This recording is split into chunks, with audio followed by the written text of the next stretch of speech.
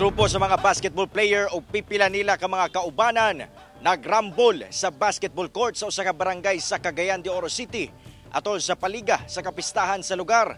Ang gitumbok nga hinungdan ang initay sa dula. Ani ang report?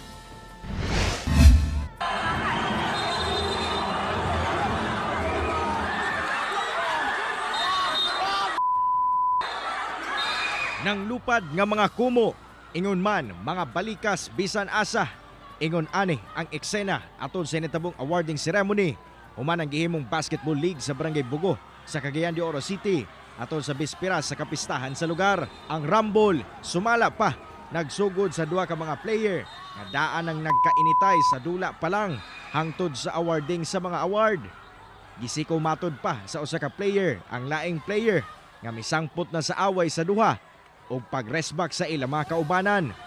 Midagan pa kuno sa pipila ka minuto una na undang ang kagubot sa basketball court. Sumala sa Puerto Police Station nga nakaresponde pa sila sa lugar o giuwang ang nagbangi nga mga grupo. Nakaresponde man ang atong mga kapulisan nato, sir, yung human doon po siguro ariglo sa ilang both side, both party nila, then nagpa-blatter o nagkasabot nga dito na lang sila magsabot-sabot sa barangay. Ginasuwayan pa sa GMA Regional TV 1 Mindanao nga makuha ang pahayag sa Barangay Council sa Bugo sa mong hitabo apan wala pa sila nagatubag sa atong mensahe.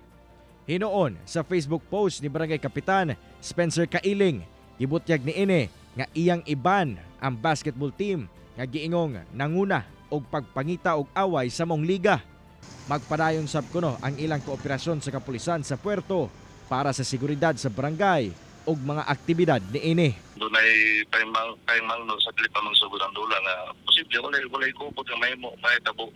Kasagaran mo na patanglitan lugar og ang dula ng dulo sa gola na nato og mga sugal-sugal posta-posta diha gid may tabo nga magdinabanay gina sa kwarta. Kauban si Jaybert Pairat sa kamera.